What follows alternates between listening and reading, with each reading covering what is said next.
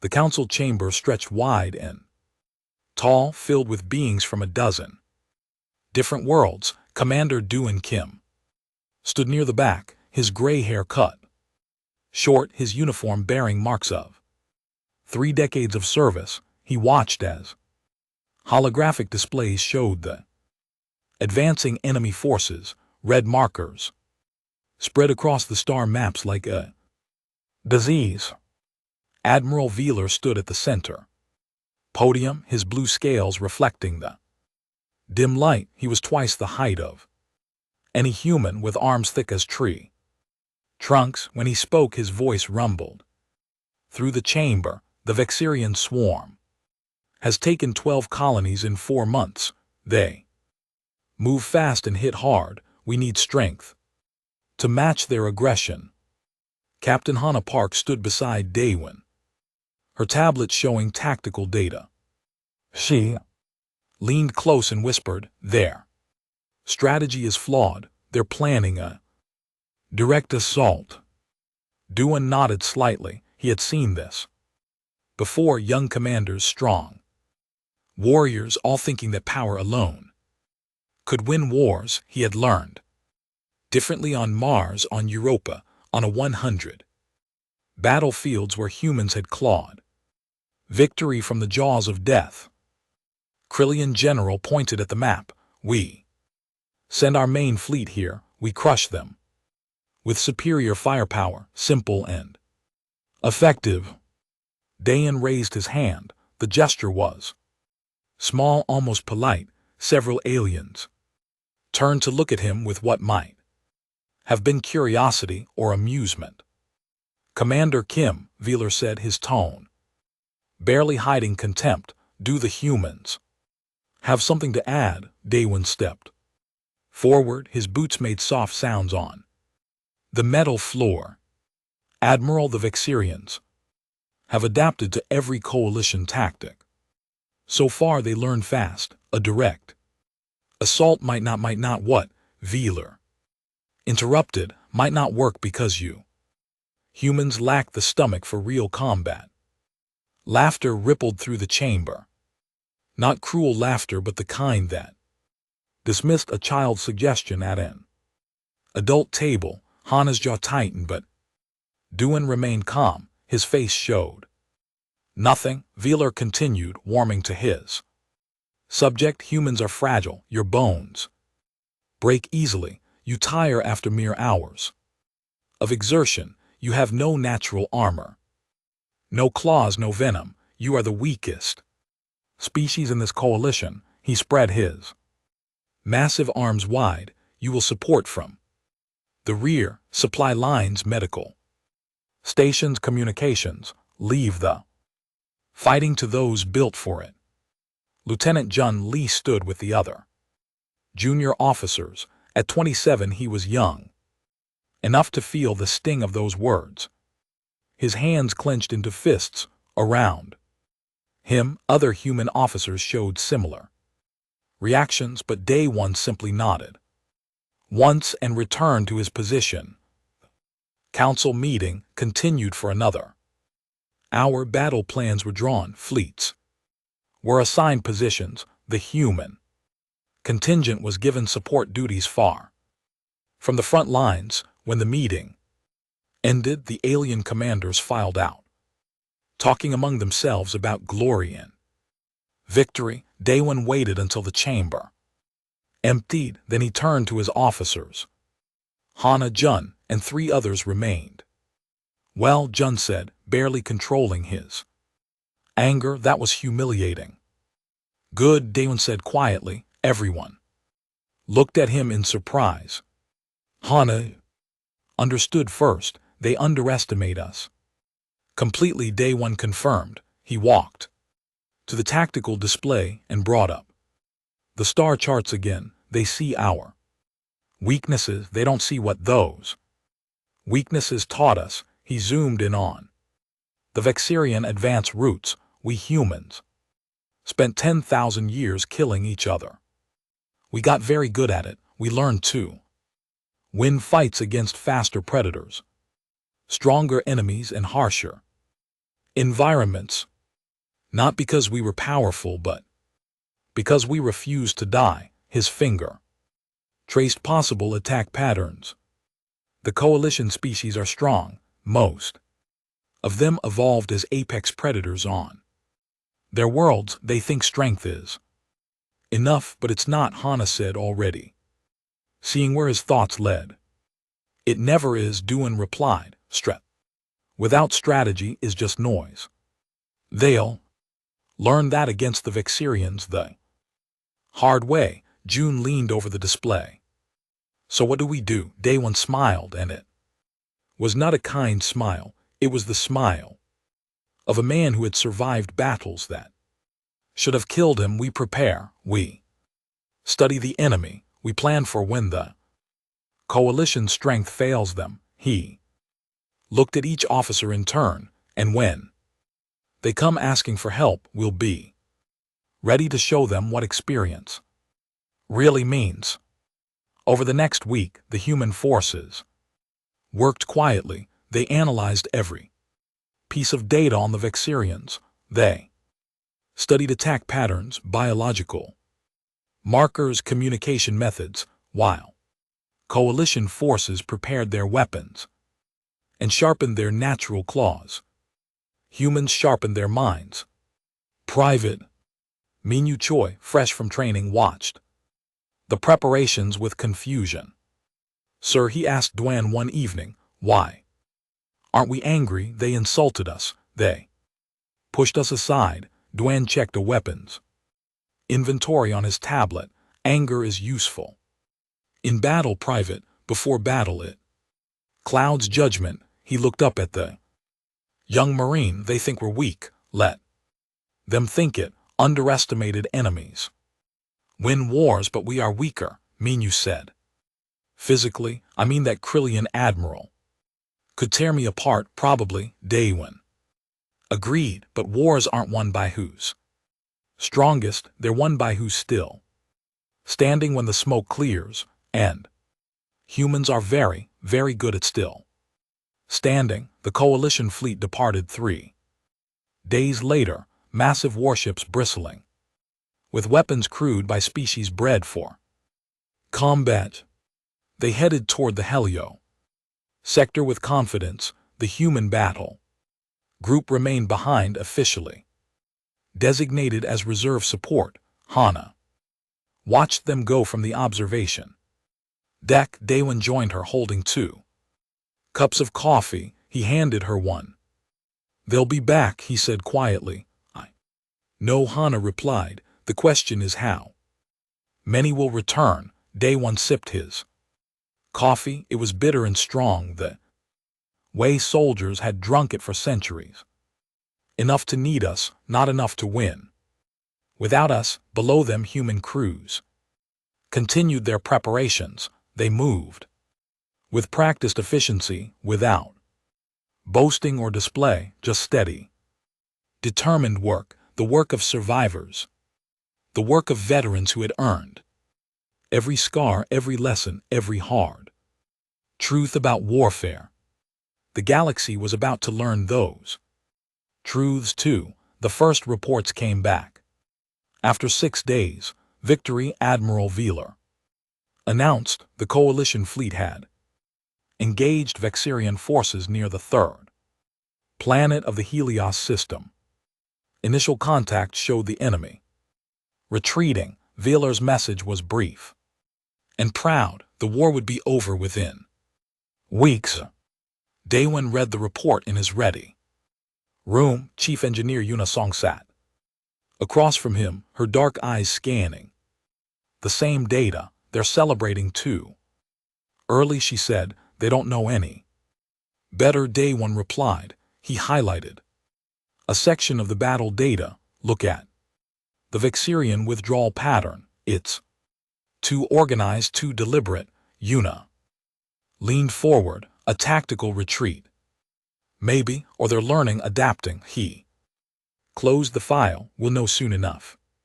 3 days later, they knew. The second battle report was different, urgent, confused. The Vexirians had returned in greater numbers. they had split into smaller groups attacking from multiple directions simultaneously.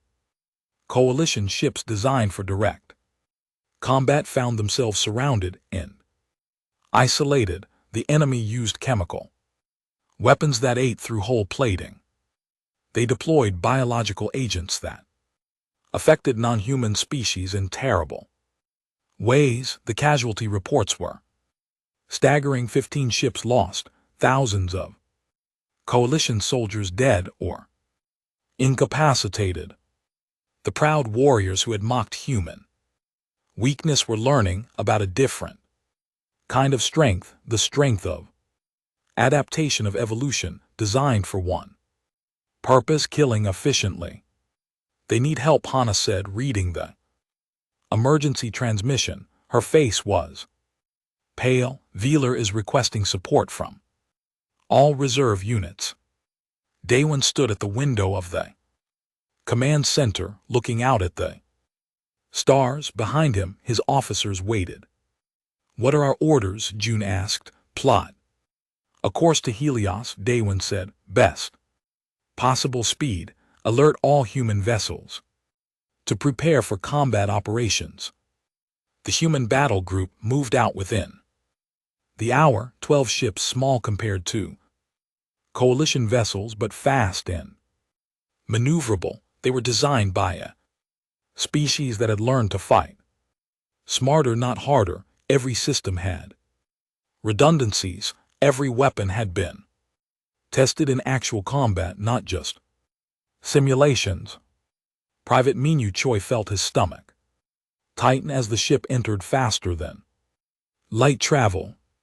Around him, other Marines prepared their equipment. Most were quiet, focused. These were not fresh recruits playing at war. These were veterans of Earth's colony conflicts.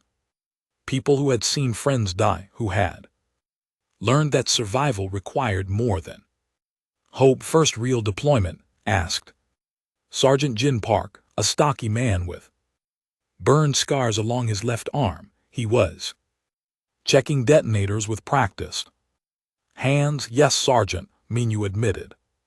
Nervous? Yes, Sergeant, Jin nodded. Good. Fear keeps you alert. Just remember your training and watch your team's back. We're not as strong as them. He gestured vaguely toward where coalition forces fought, but we're meaner. We've had to be. The human fleet arrived at Helio Sector to find chaos. Coalition ships limped through space. Hulls breached. Systems failing. Veeler's flagship, a massive vessel called the Dominion's Pride, was barely operational. Bodies drifted in the void. Frozen monuments to overconfidence.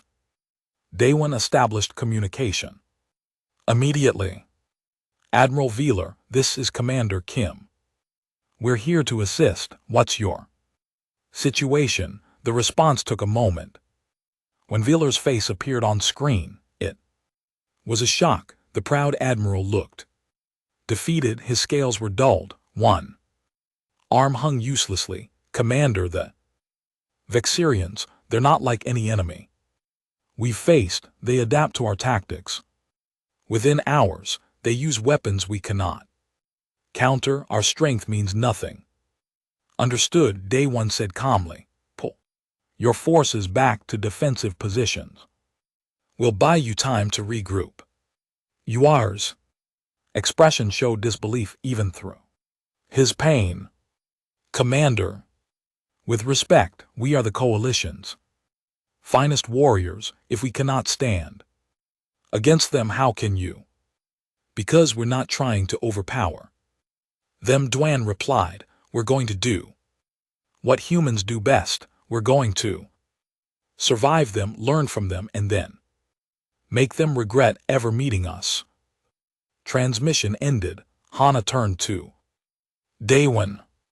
That was quite a promise. Then we'd better keep it, he said. Deploy reconnaissance drones. I want detailed scans of every Vexirian ship, every attack pattern, every weapon signature. Yuna analyzed their chemical weapons. Find out what they're made of and how to counter them. The human ships moved into position, not charging forward like the coalition had, but spreading out, creating a defensive screen. When the Vexirians came, they came fast, organic. Ships looking more grown than built, swarming like insects toward what they perceived as easy prey. The first wave hit the human line with full force, but humans had prepared point defense systems designed from centuries of missile warfare, tracked and destroyed incoming projectiles with precision. When Vexirian ships closed to melee range, expecting weak opponents, they met coordinated crossfire from multiple angles. Human weapons were not the most powerful, but they were accurate and relentless. They're adapting to our firing patterns, Hana reported from the tactical station, adjusting their approach vectors. Expected, Day 1 said. Switch to pattern Delta 7, randomized firing intervals. The battle lasted 9 hours, not the quick, glorious clash that coalition forces had sought, but a grinding, exhausting contest. Human ships took damage, but none were destroyed. They gave ground when pressed, counterattacked when opportunities appeared, and continuously adjusted their tactics. Yuna worked frantically in the engineering bay, analyzing captured Vexirian weapons. Dr. MJI Kang, a combat medic who doubled as a biochemist, helped process the data. Their chemical weapons target specific genetic markers, Me reported. They're designed to affect coalition species, but not humans. Yuna asked, our biology is different enough, we're resistant, maybe even immune. Minji pulled up a molecular display. We can synthesize a counter agent, distribute it to coalition forces as an aerosol treatment. When the Vexirians finally withdrew, they did so in confusion. Small, weak humans had not broken, had not fled, had done what the stronger coalition could not: survive and hold the line. Veeler's voice came over the communication channel quietly this time. Commander Kim, I was wrong about your species. Day 1 was exhausted. His crew was exhausted, but the job was not finished. Admiral, we need to talk strategy, real strategy, not just throwing ships at the enemy. Can you accept tactical advice from a human? There was a long pause. Then, Commander, at this point I will accept tactical advice from anyone who can stop these creatures. What do you need? Duan looked at Hana, who nodded. Full tactical control, Admiral, and trust. Can you give me those? Another pause. Pride weared with necessity. Necessity 1. You have command. Commander Kim, all coalition forces in this sector will answer to you. Day 1 allowed himself a small smile, not of triumph but of grim satisfaction. Then let's show these Vexirians what veterans can do. The command center of the human flagship filled quickly. Coalition officers, some still wearing bandages from recent battles, filed alongside human personnel. They watched Day 1 with mixed expressions. Some showed doubt, others showed desperate hope, all showed exhaustion. Duan stood before the tactical display, waiting until everyone settled. Hana dimmed the lights, and the holographic maps illuminated the room with soft blue light. We're going to win this war, Duan said simply, but not the way you've been fighting it. Acrylian Captain Scales, scarred from chemical burns, spoke up. Commander, we tried overwhelming force. We tried superior numbers. Nothing worked. They adapt too quickly. I know, Duan said. That's because you're fighting them like apex predators. You're trying to dominate them through strength, but humans learn something important over our history. Sometimes the smartest thing is not to fight fair at all. He gestured, and the display changed. Images appeared, scenes from Earth's history.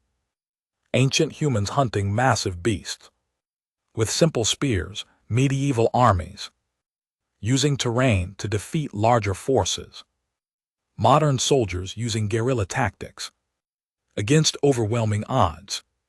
We were never the strongest species on our planet. We were prey for thousands of years, but we learned, we adapted, we survived by being smarter, more persistent, and more creative than anything trying to kill us. Colonel Sangho Bei stepped forward. He was lean and quiet, with eyes that had seen too much. The Vexirians communicate through pheromones, he said. We've confirmed this through analysis. Their ships emit chemical signals to coordinate attacks. It's efficient and fast. He paused. It's also a weakness. Hana brought up new data. If we disrupt their communication, their swarm tactics fall apart. Individual Vexirian units are deadly, but not particularly intelligent. They rely on collective coordination. So we blind them, Wheeler said slowly. Understanding dawning. Cut their communications, and then we isolate them. Daewon continued. Break them into smaller groups. Use terrain, asteroids, and debris fields to funnel their movements. Force them to fight on our terms, not theirs. A human tactical officer, Lieutenant Boranam, pulled up reconnaissance data. We've identified 3 key pheromone relay stations in this sector. They're hidden in asteroid clusters protected by heavy patrols. If we eliminate those stations, the Vexirian fleet loses cohesion. How do we reach them? Asked a coalition marine commander. The approaches are heavily defended. We don't bring the fight to them, Colonel Sangho said with a thin smile. We let special operations teams infiltrate, small, quiet, invisible, until it's too late. Daewon pulled up footage from one of his earlier battles. Mars 30 years ago. Small human teams moving through industrial ruins, taking down enemy positions one by one. This is what we did during the Mars Rebellion. We were outnumbered 10 to 1. We won by refusing to fight the way they expected.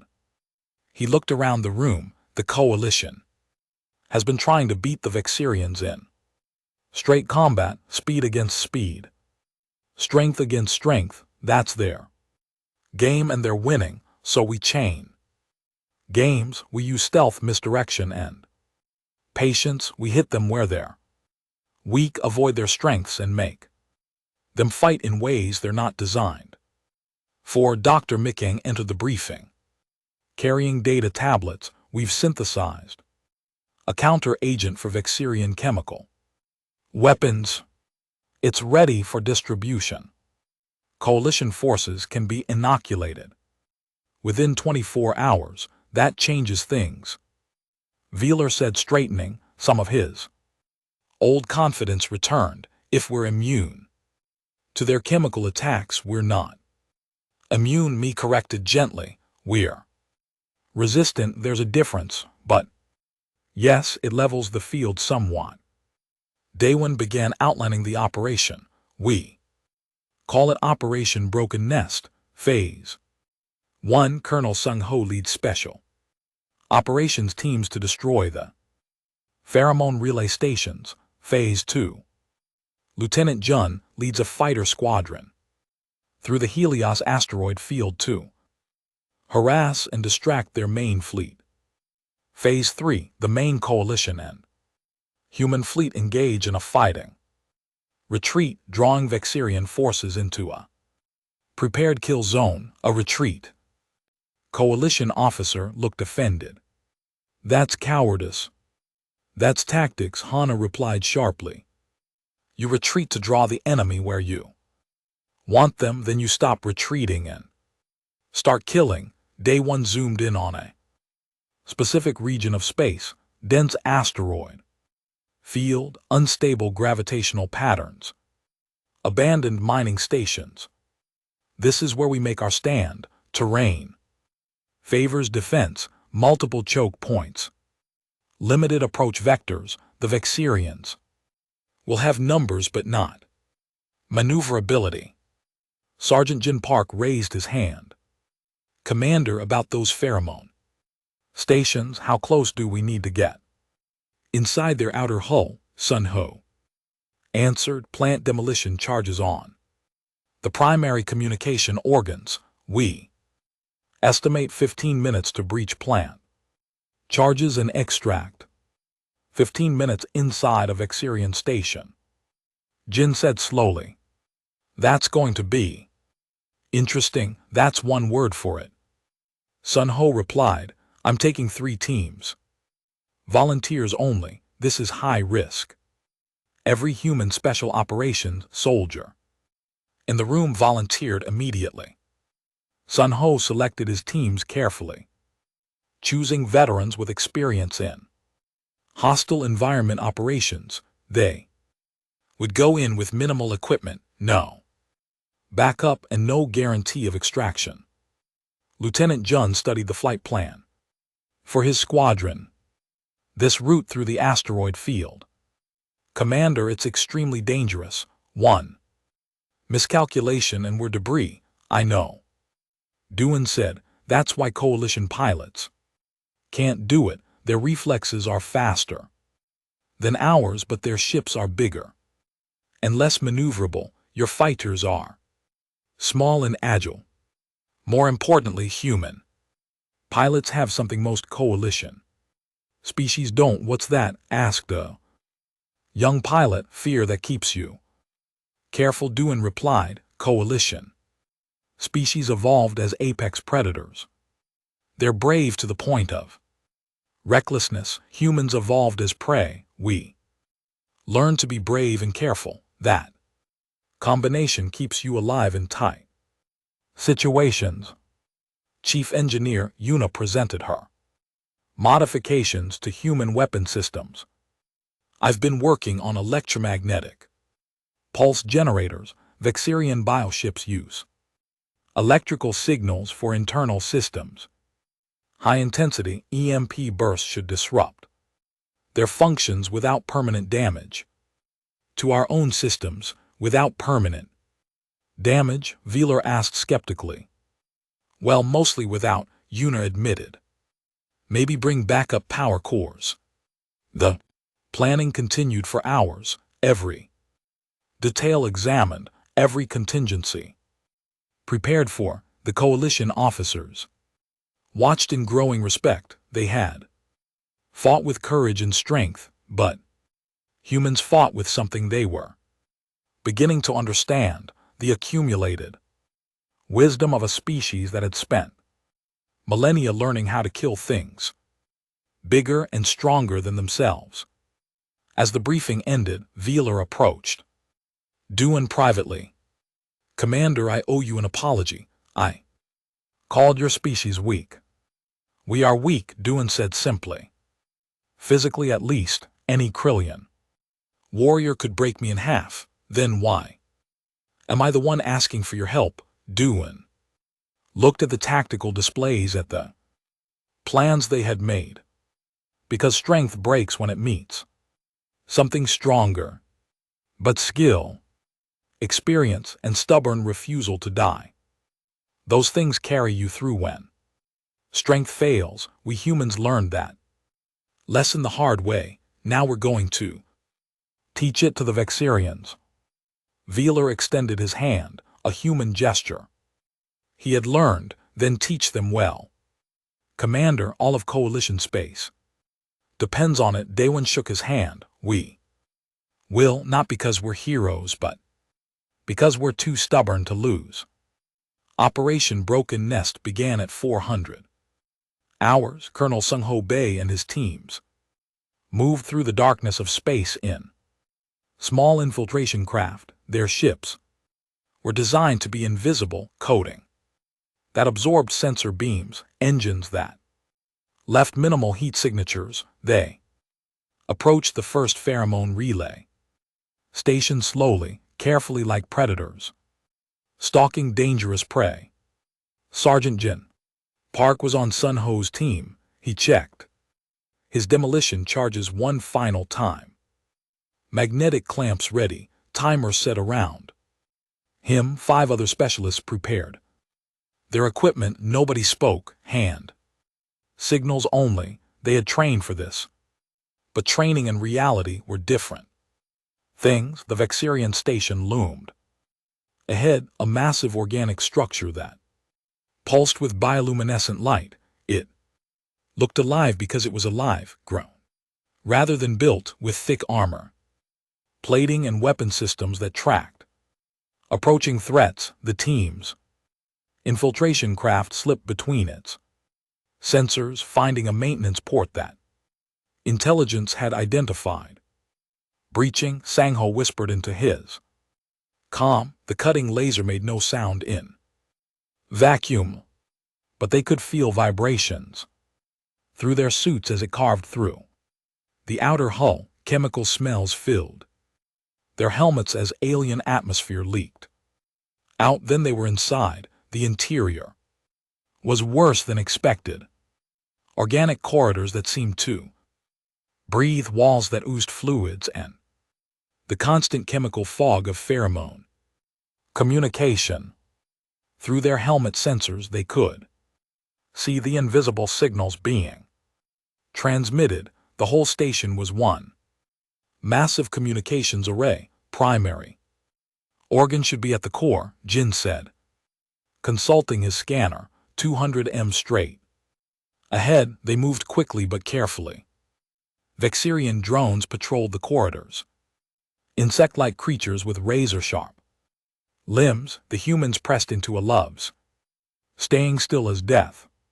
The drones had poor eyesight but excellent chemical sensors. The human team's sealed suits made them nearly invisible, just cold objects in a living ship. Meanwhile, Lieutenant June launched his fighters from the carrier bay. 12 small craft, each piloted by veterans of the asteroid mining patrol. Conflicts, those had been ugly fights. Ships dotting through dense rock fields. While under fire, the pilots had learned precision flying or died young. The survivors were the best. Stay tight, June ordered over the squadron channel. Single file through the initial approach, then split into pairs once we're inside the field. The asteroid field of Helios was dense and unstable.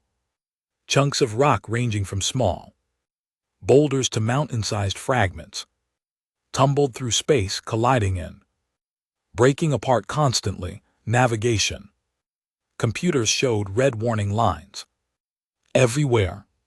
Coalition pilots had refused to attempt this route, calling it suicide. Human pilots called it Tuesday. They had flown worse on the outer colonies. The first few minutes were tense. Jun's fighter slipped between asteroids with meters to spare. Behind him, his squadron followed like a chain of linked dancers. One mistake would cause a catastrophic collision. Nobody made mistakes. Vexirian patrol detected. His sensor officer reported 6 contacts closing on our position. They can't follow us in here, Jun said confidently. Their ships are too big. He proved correct.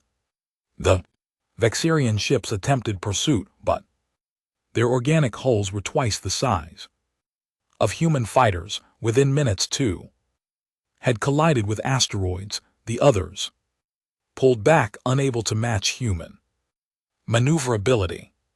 Phase 2, June announced. Hit and run tactics make them angry. The fighters emerged from the asteroid field in unexpected locations, fired missiles at Vexirian supply lines, then disappeared. Back into the rocks, it was infuriating. For the enemy, like being stung by insects they could not catch, Vexirian forces diverted ships to hunt the fighters, pulling strength away from their main fleet. Back on the relay station, Sunho's team reached the core chamber. The primary communication organ was massive, a pulsing biological structure that filled the entire room. It beat like a heart, sending chemical signals throughout Vexirian space. Plant charges, Sunho ordered. Timer set for 10 minutes. Jin moved forward with his team, attaching explosive packages to key points on the organ. Charges were small but precisely designed. They would not destroy the station, but they would destroy its ability to communicate. Behind them, other teams were hitting the second and third stations simultaneously. Alarms began to sound, chemical, not audio. The station knew intruders were present. Vexirian drones rushed toward the core chamber, their movements frantic and aggressive. Time to go, Sangho said calmly. Fighting retreat, cover and move. The team fell into practice patterns. 3 soldiers fired, while 3 moved, then switch. They had done this 1,000 times in training, dozens of times in real combat. Human soldiers were not stronger than Vexirian drones. They were not faster, but they were coordinated and disciplined in ways that individual drones could not match. Private Minyu Choi was with the main fleet preparing for Phase 3. His unit held defensive positions on the outer hull of the flagship, manning point defense weapons around him. Coalition Marines took similar positions. The plan was to retreat, draw the Vexirians into the kill zone, then turn and fight. Feels wrong, Minyu said to the soldier next to him, a veteran named Corporal Sua Lim. Retreating on purpose, that's because you think retreat means defeat, Sua replied. She had fought in the Europa Sea, 14 months of desperate combat against corporate security forces. Sometimes retreat is just movement. You back up, enemy follows, thinking you're weak, then you stop backing up and they run into a wall of gunfire. The Vexirian main fleet came fast, sensing weakness. The coalition fleet began its retreat, maintaining formation but giving ground steadily. Vexirian ships pursued eagerly, their swarm patterns tightening as they smelled victory. Then the pheromone relay stations exploded, all 3 simultaneously. The coordinated swarm patterns collapsed instantly. Vexirian ships scattered, suddenly blind to each other's positions and intentions. Ships collided, formation broke apart, and confusion reigned. Now Daewon ordered from the command center, all ships full stop, turn and engage. The coalition fleet stopped retreating and opened fire, caught by surprise, unable to coordinate. The Vexirian fleet took devastating casualties. Yuna's EMP weapons pulsed across space, disabling organic ships that relied on electrical signals. Human precision firing targeted command vessels and communication nodes. Battle that followed was brutal and one-sided. The Vexirians were strong, fast and deadly, but without coordination, without their swarm tactics. They were just individual predators facing organized resistance. And humans had spent their entire evolution learning how to bring down predators that could kill them individually. Minyu found himself firing his weapon continuously for hours. His arms ucked. His vision blurred from fatigue, but he kept firing. Around him other humans did the same, Coalition Marines seeing human endurance push themselves harder than they had thought possible. They don't stop, Aurelian Marine said, with something like awe. They're exhausted, but they don't stop.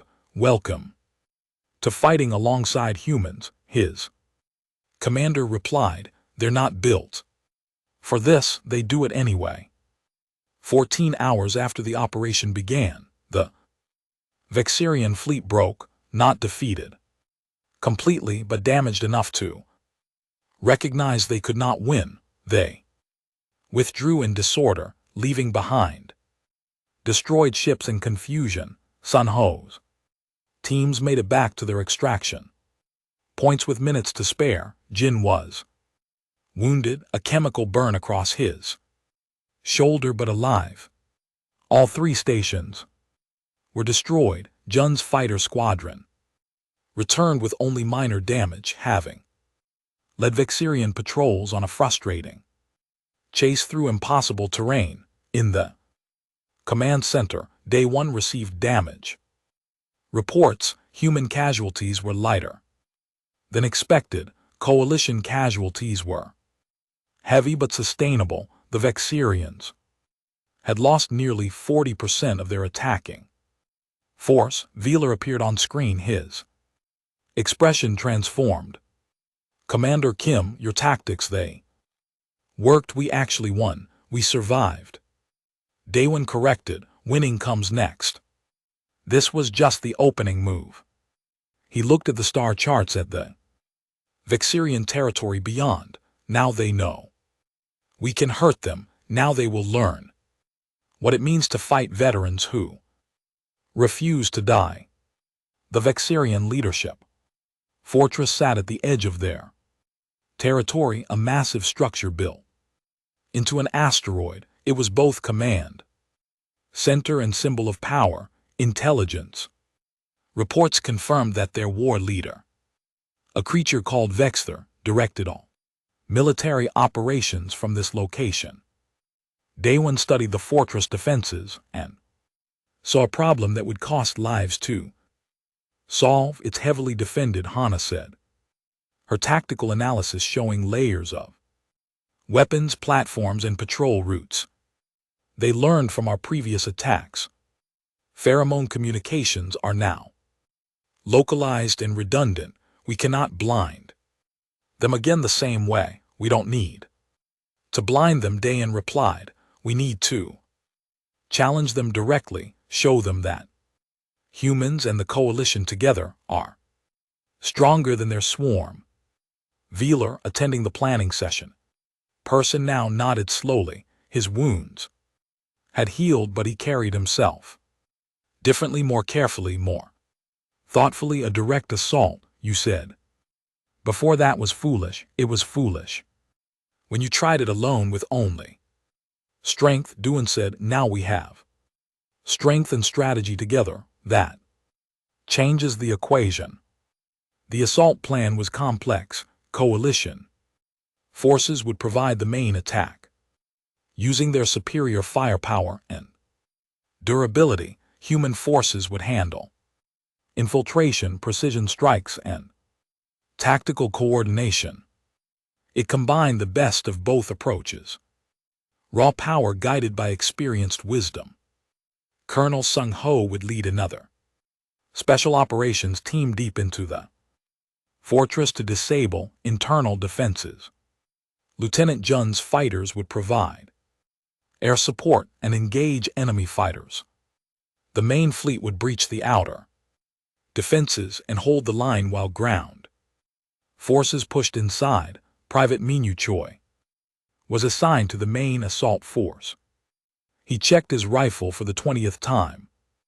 A nervous habit. Sergeant Jin Park, shoulder bandaged but still combat ready, noticed. First major ground assault. Yes, Sergeant, stay with your team. Watch your corners. Remember that Vexirians are fast but predictable. They attack in straight lines, always toward The nearest threat, Jin handed him extra ammunition, magazines, and if something seems wrong, trust that feeling. Fear keeps you alive. The assault began with a massive coordinated strike.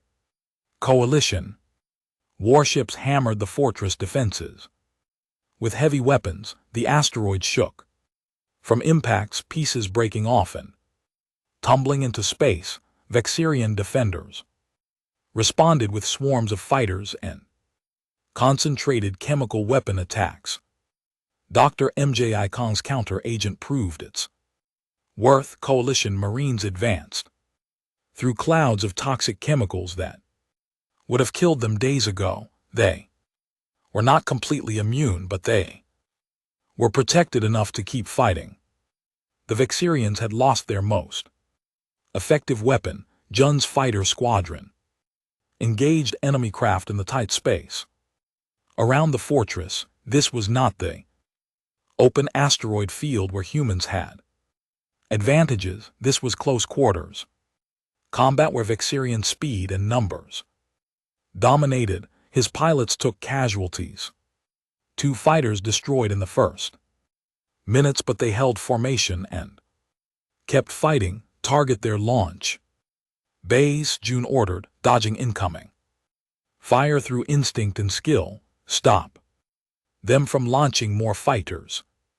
Precision missiles struck Vexirian launch facilities. Explosions blossomed across the fortress surface, blocking hangar exits. The enemy fighter presence began to thin, not because humans were winning individually, but because they were fighting smarter, targeting infrastructure instead of engaging endless dog fights. Ground forces breached the fortress through multiple entry points. Minu's unit advanced through corridors similar to the relay station, but larger and more defended.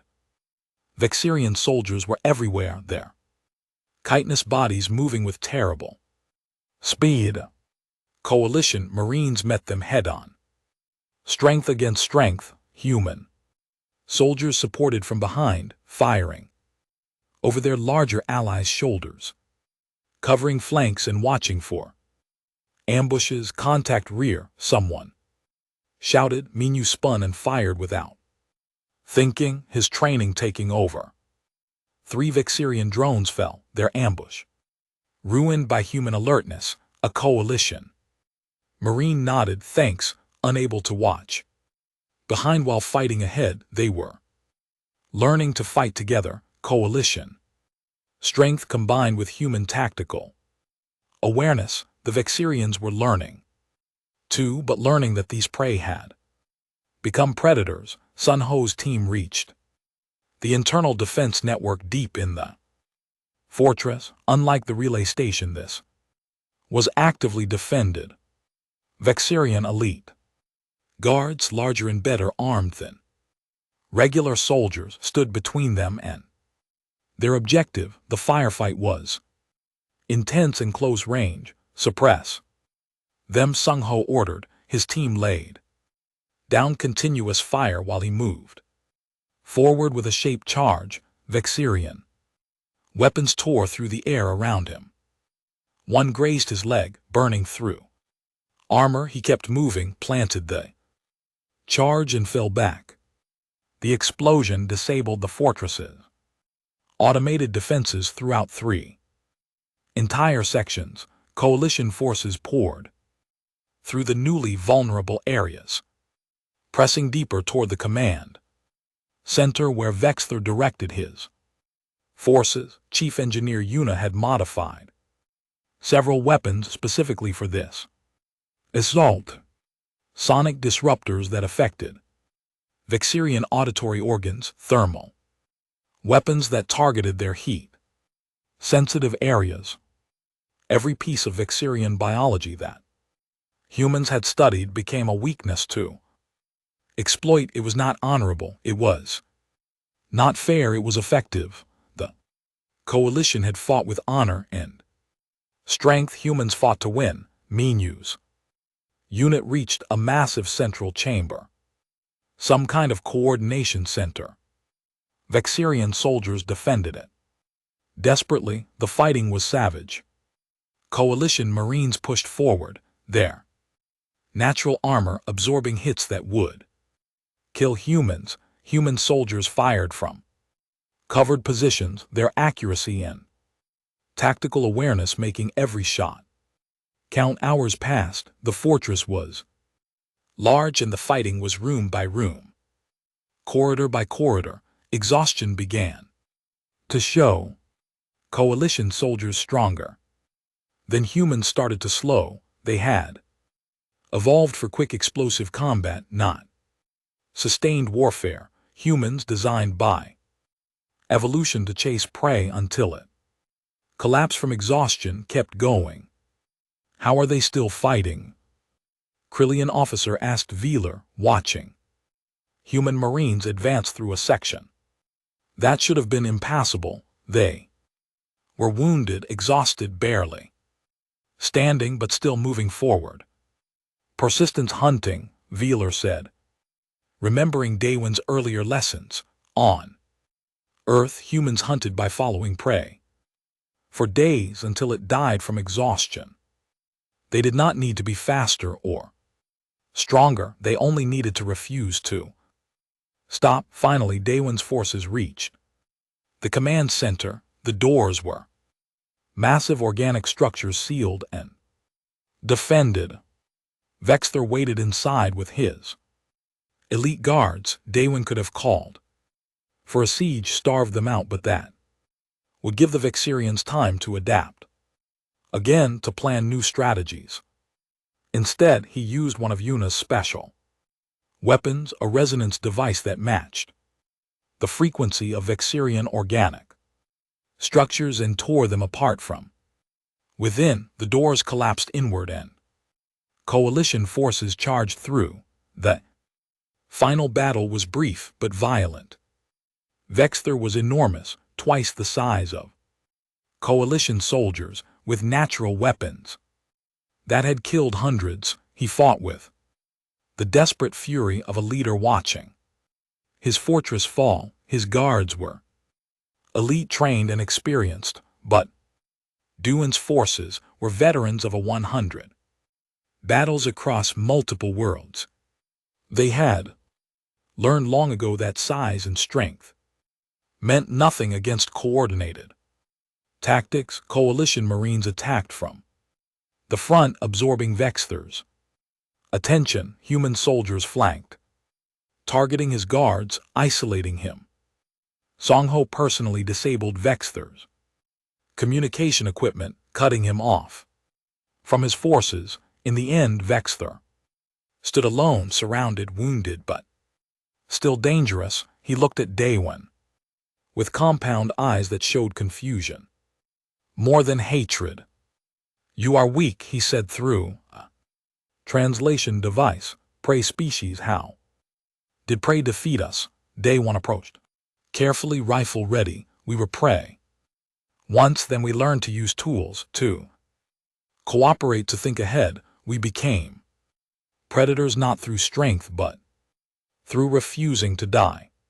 He gestured at the ruined command center, at the combined human and coalition forces. "You evolved to be perfect hunters. We evolved to survive anything. Guess which one wins wars?" Vexter collapsed, his wounds finally overwhelming him. The Vexirian forces throughout the fortress, leaderless and broken, began to surrender. Some fled deeper into their territory. The battle was over. The casualties were heavy. Humans had lost good soldiers. Coalition forces had paid a terrible price, but they had won, not through individual strength but through combined effort and hard-learned strategy. Days later, in a formal ceremony aboard the coalition flagship, Veeler stood before the combined fleet. His voice was broadcast across dozens of worlds. "I called humans weak. I called them fragile. I was wrong." He looked directly at Daywin. They are strong in ways I did not understand, the strength to endure, to adapt, to learn from every failure, and keep fighting. They taught us that power without wisdom is worthless. He extended his hand in the human gesture of respect. The coalition restructures its military doctrine. Today, human tactical concepts will be integrated into all future operations. Human advisors will train our forces, and humanity earns full recognition as a military power in this galaxy. Duan shook his hand. We did not do this for recognition, Admiral. We did it because it needed doing. That Velar said with something like a smile. Is exactly why you deserve it. Months later, after the ceremonies and speeches ended, Duan stood in his private quarters on the transport home. His hair had gone grayer, new scars marked his body. He was 53 years old and felt every year of it. Hana joined him holding 2 cups of coffee. Retiring, she asked, "Yes, someone else's turn to fight. What will you tell them?" The young soldiers who ask what made the difference. Daewon thought about that, about Mars and Europa and 1,000 desperate battles, about learning that survival required more than hope. I will tell them that we won because we refused to be what others expected. They saw weakness. We showed endurance. They saw prey. We showed predators who learned to think. He sipped his coffee. And I will tell them that sometimes the most dangerous thing in the galaxy is not the strongest creature, but the one that survives longest. Lieutenant Jun received command of the first Joint Coalition human ship with a crew of multiple species working under human tactical doctrine. Private Minyu Choi became Sergeant Minyu Choi, training new Marines in the lessons learned from the Vixirian War. Captain Hana Park accepted the position of Chief Tactical Advisor to the Coalition fleet, where her strategies would shape military thinking for generations. The galaxy had learned its lesson written blood and victory. Never underestimate humans, not because they were strong, but because they were survivors, and survivors did whatever was necessary to keep surviving.